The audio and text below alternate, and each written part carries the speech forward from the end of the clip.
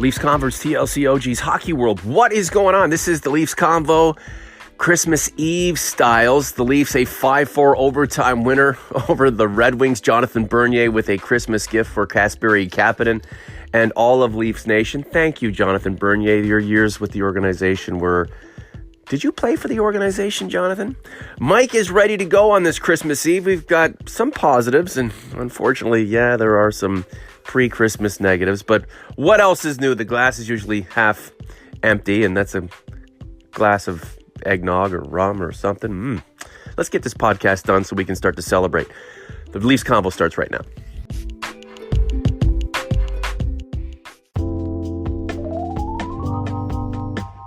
And here is my brother from another mother, Michael Piagello. Good morning, sir.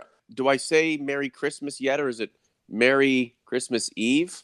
Or Merry Post-Festivus, or good morning, Norman. This time of year, there's so many things going on. It's just like, and everybody's shopping out there and doing their thing. It's like it comes up, the actual day comes up so quickly. So it's sort of been a blizzard of activity with the Leafs and for I'm sure for you and I. So I'm glad it's finally here, Christmas Eve and Christmas. Blizzard. I love the reference of the former Toronto professional soccer team. I think they played indoor. Is the Walden Galleria packed in Buffalo, Michael? Oh my goodness. Yeah. I mean, and ironically, across the street, a brand new Chick-fil-A opened up. And for those who don't know, Chick-fil-A is a rather successful chicken chain, mostly in the South, but it's moved up here. And there are lines around the block for it. They have the police patrolling for Chick-fil-A. I think it's mostly Canadians who are coming to shop, and they get in line, and they're waiting in line at the drive-thru for an hour. So what is the appeal of Chick-fil-A? Is it the I don't know. Political? Is it the political stuff? They just want to see if Cletus and Skeeter are at the drive-thru window, or is the chicken good?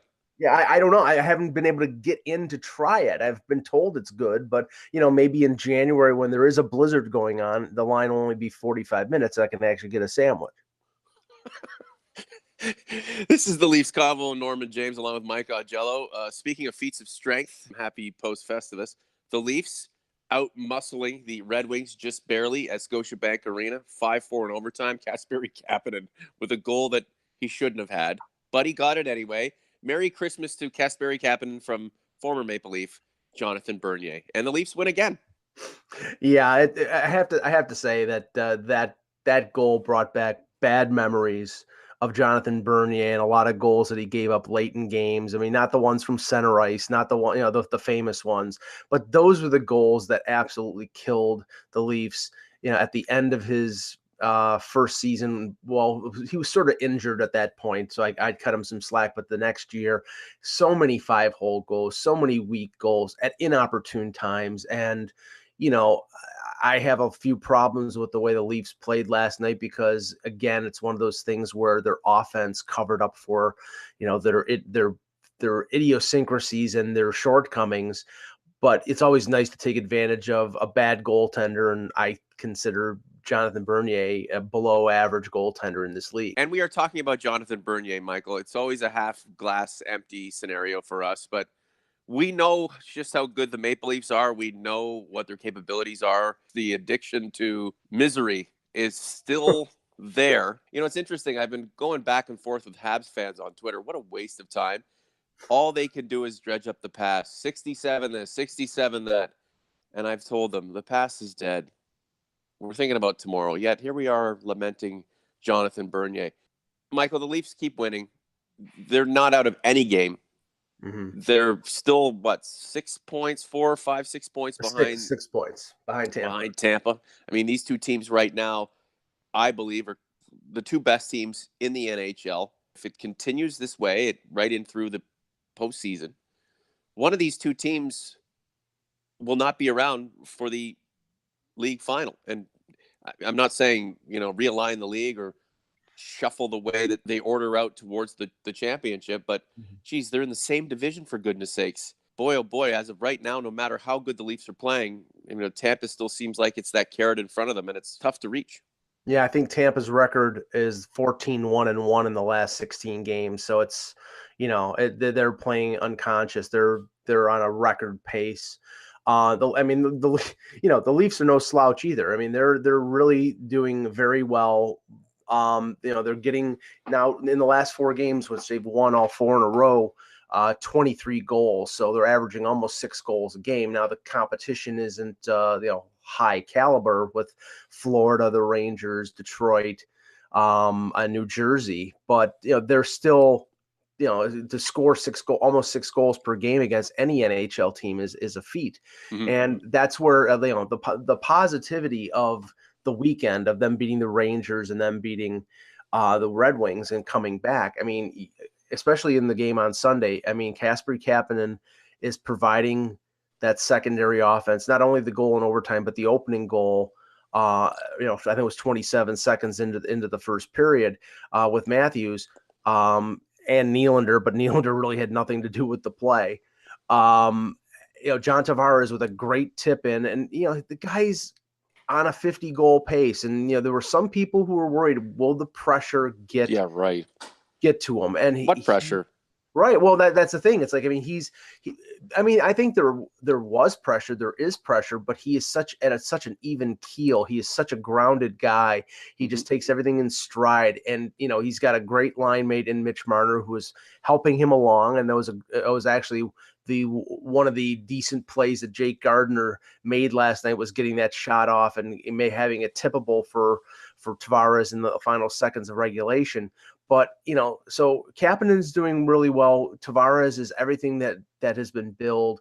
And Morgan Rielly, I mean, I have a friend who at the beginning of the year said Riley's a Norris candidate. And I said, well, cool your jets. I mean, you really have to wait for a while and see, how many points he produces and see if this is a blip, because he was scoring so many points and it was early in the year. He's continuing to do that. He is a Norris candidate if he keeps doing this. If he breaks, a point per game pace, which he's on the way to doing right now, yes, he's probably one of the top 3 for the Norris this year. Is there a Maple Leaf more perfect and more meant to be than John Tavares, Mike? I know that there's a mentality among Leaf fans, and I completely understand it being, in the sense that they always embrace the ones that were brought up in the organization or drafted by the team. Rielly or Matthews or Marner or Nylander, those guys. But there is something about a guy who is from the area, who chose to come home and is producing. And I think that, if it had happened with Stamkos, I think it would have been the same thing. If Clarkson would have been successful, I think it would have been the same thing. But with Tavares, I mean, he's producing, and he is just, he's the same guy. He's playing the same dominant way that he did with the Islanders, and that is refreshing, and that's what we'll have to enjoy watching for the next 6 years. As an NHLer, I'm not sure I love a player more than John Tavares. It's just everything about him, the way he's composed, how professional he is, how dedicated he is. He's not a guy who wears his heart on his sleeve and is overly exuberant when he scores goals or when he's on the ice. But we saw last night when he scored that big goal, that tip in that tied the game late, and the fist pump, and he dropped to one knee. That reaches me, man. That reaches my heart, because I see a guy who's done so much good stuff for hockey, for the Islanders organization, for those fans, and now is in a position to elevate his career at home with the biggest franchise in hockey that is ascending towards finally ending this Stanley Cup drought. He feels it. He knows it. And so do we. And the man is beloved. He's delivering. And it's such a feel-good story within the overall feel-good story. This is the Leafs Convo, Norman James, along with Mike Augello. The Philip Peronic goal, was that the one that Jake Gardiner just basically gave him?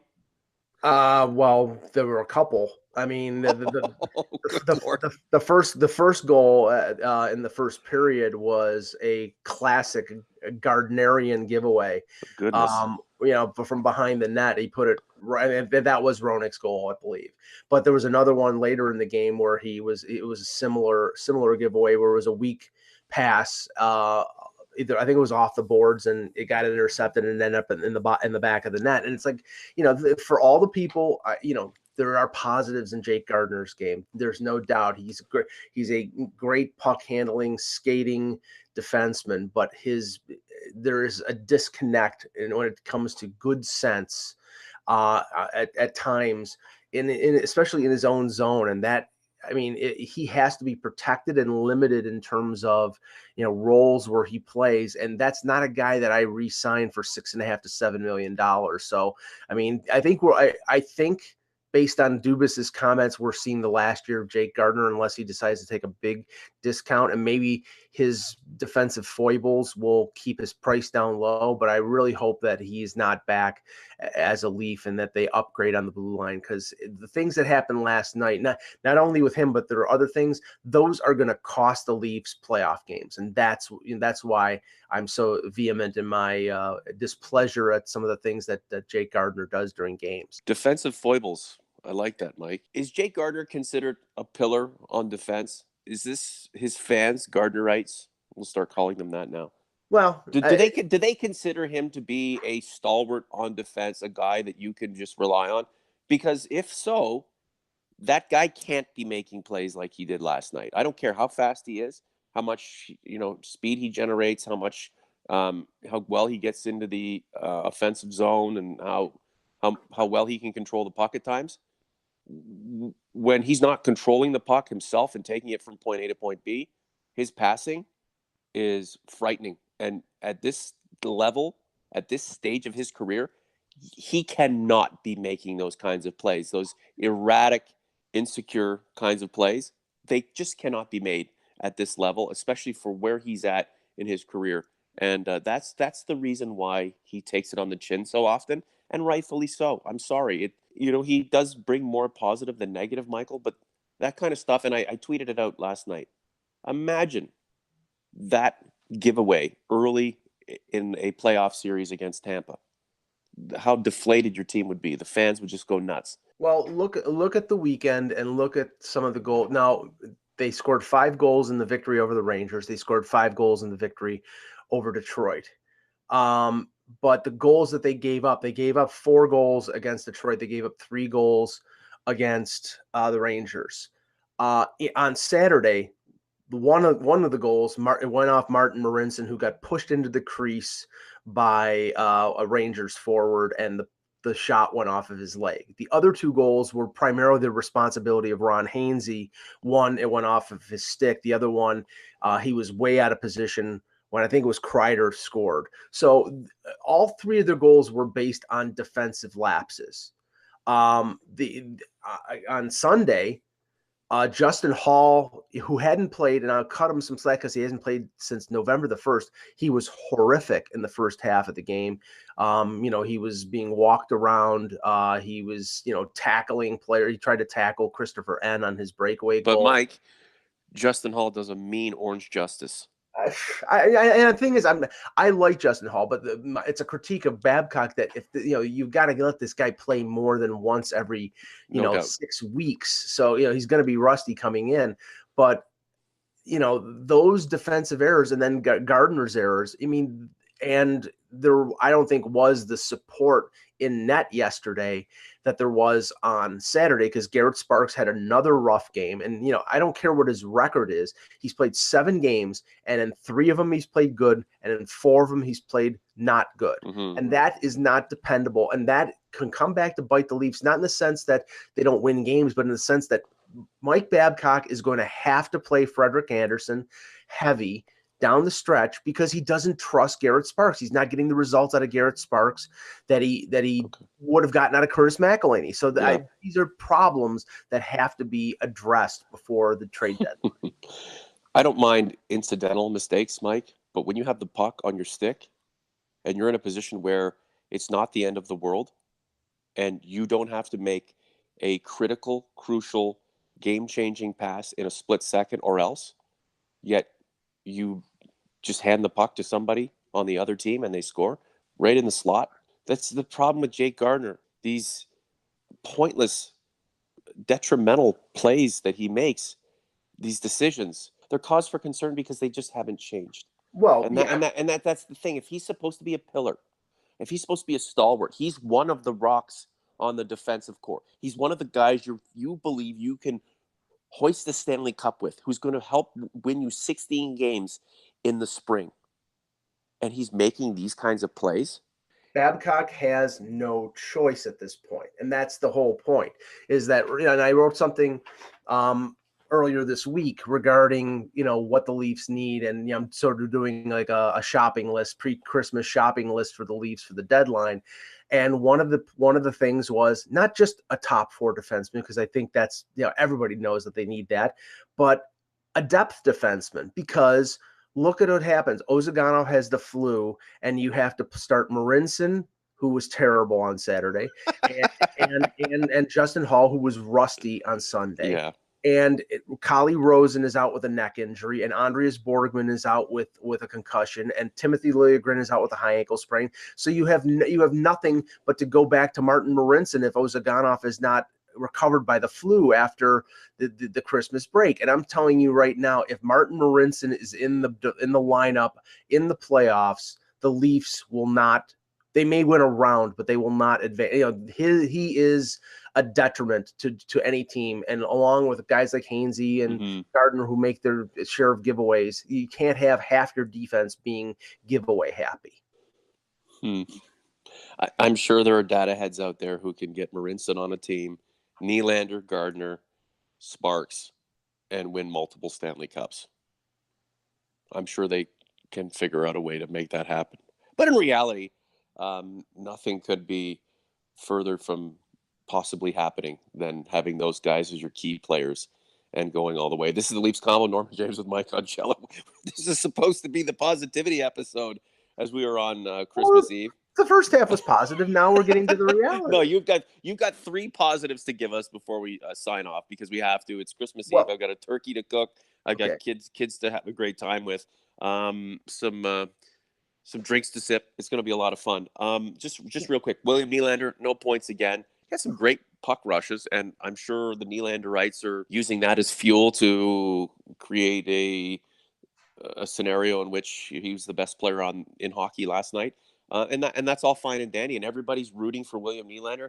In the meantime, the game goes on, and the mission continues, and that's the Maple Leafs just picking up as many points as they can every single game, getting better as a team, and then clearly getting closer to a point where the augmentation of this group with help and support is a necessity and necessary, or I have a feeling this Maple Leafs team is going to suffer the same fate it has in the past 2 postseasons. Mike, give us 3 positive things, and then we got to get out of here. Well, the 3 positives were Tavares was the play of Riley and was Kapanen. I mean, they were in the game yesterday. That was the 3 positives. I mean, that they, Kapanen with 2 goals, Tavares with a tying goal, Riley with a goal. I think Trevor, honorable mention to Trevor Moore, who comes up after the Tyler Ennis injury and plays well in his first NHL game. And remember, he played 2 games it was his 3rd game in 3 nights, because he played both Marley games in Laval on the weekend. So I'm sure he was operating on adrenaline and got an assist on Freddie Gautier's goal. And I think, Freddie Gautier's goal, Mike, is that not a positive too? We've been you have been. Even a broken clock is right twice a day. He's a big boy. He does a nice job on that 4th line. Yep. And again, I know a lot of people think he's incredibly dominant in a limited sample size, but you know what? He scores that goal. That's a lot of confidence for that kid. That's an early Christmas present. And, maybe he's got something else to show. I mean, are we really expecting Tyler Ennis type production from the 4th line? Don't we want them to get out there and accomplish other things? Well, throw the man a bone. He's the GOAT. That goal was proof that there is Santa Claus.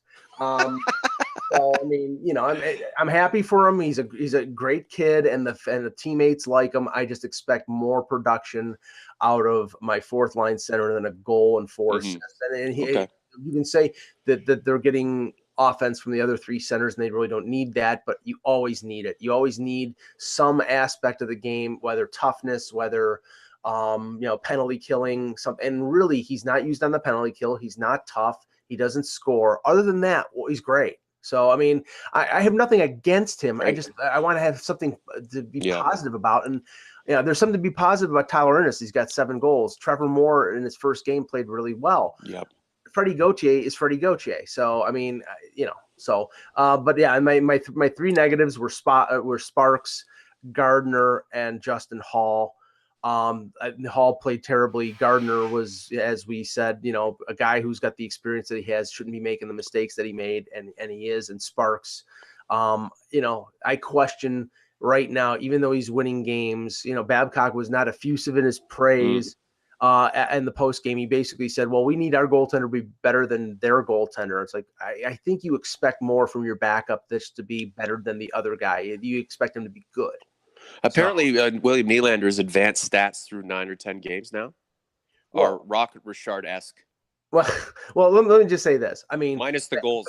Babcock is bending over backwards. He puts him with Kapanen and Matthews at the beginning of the game. That lasted one period. Then he got moved down because he wasn't playing well. And the one goal at the end of the first period, where Gardiner gave away the puck, Nylander was out there that line was out there for over a minute. And at the point that I know that was actually the Dylan Larkin goal, or the Larkin goal that the Larkin shot that Rasmussen tipped. Nylander was out near the point and was so gassed that he couldn't barely lift his stick to get in front of Larkin. So, I mean, this is going to take more time. Sure. But right now, they're lucky that his liabilities on the ice are not costing them points. Look, it's Willie's fault. It's the father's fault. It's Kyle Dubas' fault and Mike Babcock's fault. Forget the agent. All they care about is money. They don't care about anything else. But this is Kyle Dubas' fault. It's Mike Babcock's fault. It's the dad's fault. And it's Willie's fault. It's their fault. Now, it's not a major deal because the Leafs are continuing to win, but it's their fault. This is a big error on Kyle Dubas' part. And it's not because he signed him for under $7 million. I mean, the money's the money.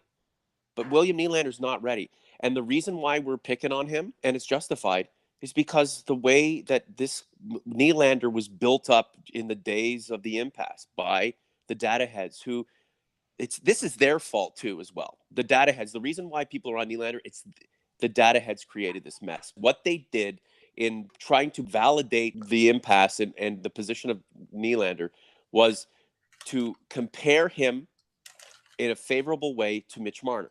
And that's why we're where we're at right now. And as Mitch Marner, he didn't get any points last night, but as Mitch Marner produces, he's 50-something points. As John Tavares produces, and all these other people just continue to produce, and William Nylander still struggles to find his way because he elected to miss 2 months of the season. We can compare now the same way these data heads were comparing then. And it's their fault that we're at where we are right now. And things will get better. If anyone's upset that people are picking on William Nylander and you've been a Nylanderite from the get-go, it's your fault. So don't cry and complain about it. Just keep your fingers crossed that the greatest winger in the history of hockey will get going and, take his rightful place as the greatest Maple Leaf of all time. It's your fault we are here and we are going on about it. Had you not built this guy up to be the second coming and torn down Mitch Marner in the process, we wouldn't be having these issues. And, if Kyle Dubas and Mike Babcock especially were smarter than what they've appeared to be lately, they would have put this guy in the minors and just eased his ass back into the situation. Unfortunately, we're here. And the good thing, Mike, is that everybody is generally successful as a team. Hopefully Nylander finds his way. Yeah, I mean, the only thing, and here is where the anti-Nylanderites and the pro-Nylanderites can come together. For both camps, it's in their interest for him to be a contributor, to be be able to produce and play well. Michael, I wish you a Merry Christmas and a Happy New Year. All the very best, my friend. Enjoy the Buffalo Christmas that is so picturesque and world-renowned. Michael, have a good one, my friend. Thanks, Norman.